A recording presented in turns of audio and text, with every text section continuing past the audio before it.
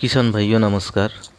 आज हम भुट्टे की खेती के बारे में ए टू जेड जानकारी देने वाले हैं। नवंबर दिसंबर में जो लगाने वाले भुट्टे हैं उसके बारे में आपको हम जानकारी देने वाले हैं। पहले तो अपनी ज़मीन को तैयार कर लीजिएगा।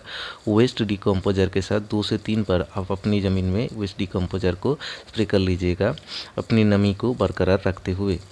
और उसके बाद अपनी ज़मीन को आपको बहुत अच्छी तरह से जोत लेना है ट्रैक्टर से।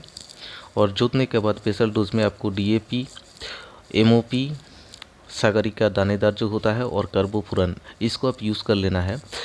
डीएपी आपको लेना है 2 बोरी, 1 बोरी एमओपी, 1 बाल्टी जो सागरिका होता है, और कार्बोफुरन का 3 पैकेट आप ले लीजिएगा 1 एकड़ के हिसाब से। अगर आपकी ज़मीन थोड़ा निचली है तो आपको सिजिंटा का NK 6607 कॉर्न को यूज़ करना चाहिए। अगर आपका ज़मीन थोड़ा ऊंचा है और थोड़ा मिट्टी जहाँ पर रुकती ना, मिट्टी में जहाँ पानी नहीं रुकते हो, वहाँ पर आप पायनियर का 3355 को आप यूज़ कर लीजिएगा, ये बहुत अच्छा होता है। पहले तो आप उसको अपने भुट्टे को लगाने के बाद आप खरपतवार के लिए आप उसमें एट्राजाइन का स्प्रे कर लीजिए अपनी सूखी ज़मीन पर जब लगाना हो जाए उसके बाद। और उसके बाद जब आपकी फसल 2 से 3 पत्ते जब निकल आए तो आपको सूंडी के लिए आपको प्रोफेक्स सुपर का यूज़ कर लेना चाहिए। मात्रा थोड़ा कम रखिएगा क्योंकि वो छोटे पौधा होता है, वो सहन नहीं कर पाएगा, इसलिए आपको थोड़ा सा ध्यान देना चाहिए वहीं पर।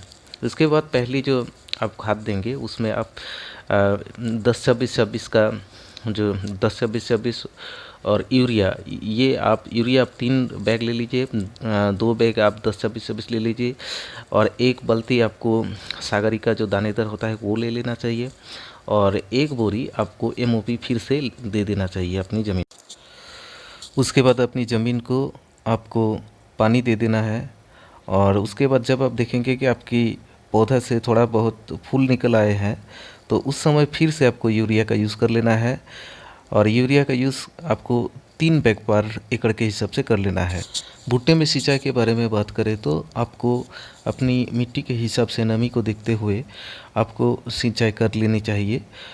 तो ऐसे देखा गया है कि आपको 3 से 4 बार का पानी की ज़रूरत होता है भुट्टे के लिए।